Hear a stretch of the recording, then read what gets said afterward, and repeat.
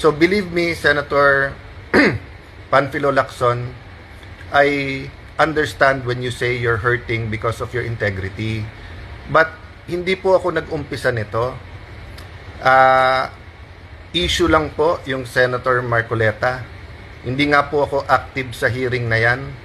Nakatutok ako bilang minority leader sa ibang mga bagay.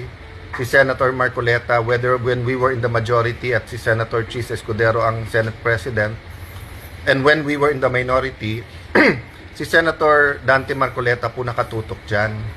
Mga debate, bend the law, restitution, meron bang mastermind o hindi, debate lang yan pinersonal mo.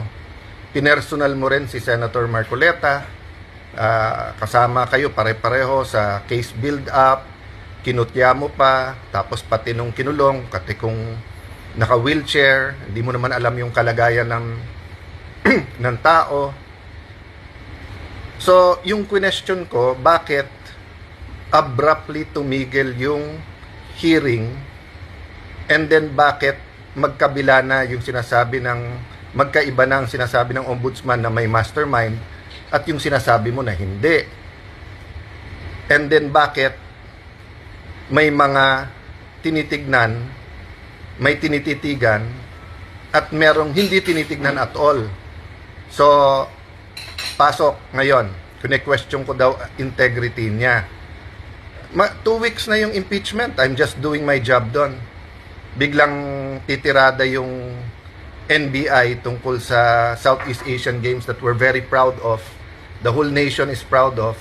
Ilan beses na naimbestigahan, wala kaming tinatago dyan. We're proud of it.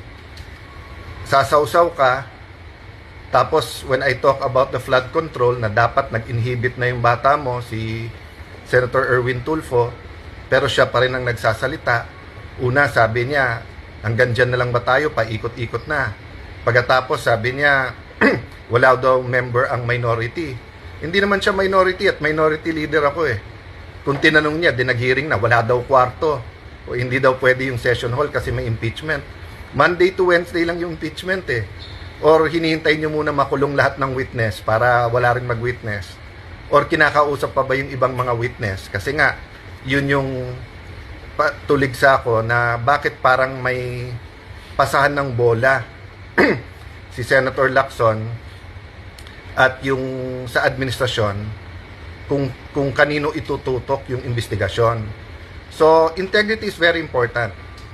So, why not give integrity sa investigation natin sa flood control and sa lahat ng malalaking corruption issues para nga manumbalik yung pride ng ating bansa na good governance, rule of law. Ngayon kasi tayo bad governance, bend the law. Tapos takpan na lang sa maraming ayuda para wala na lang magtanong. Tapos pagka may nagtanong, ikulong na lang yan.